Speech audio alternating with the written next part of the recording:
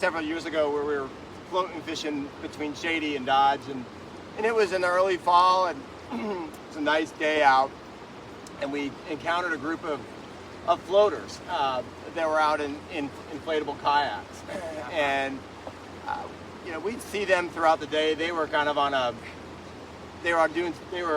booze cruise, we'll call it, while we were fishing. And so, of course, you know, as we would kind of hopscotch each other throughout the day, we'd wave and say hello and the usual river situation. But you know, as we got along in the float, you know, the waves kind of died off, and we acknowledged each other in different ways, I guess, but kept going. And finally, the group of floaters had gotten out on a gravel bar, and it didn't look like they were under any kind of danger or any problem, but as I had just about floated by them, one of them asked if I had any duct tape. And I said, yeah, I think I do. I think I have a bit of the roll left, and let me just dig around here. And so luckily for I guess both of us, certainly for her, I did.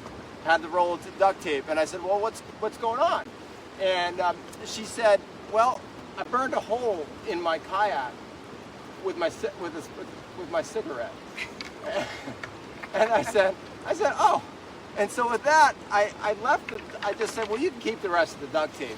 And I figured, you know, that we floated out from there, and I figured that either she got it fixed or she would be able to hop in with a friend because they were close enough to the ramp, and everything would work out. And so I kind of left that thinking that was probably the end of it.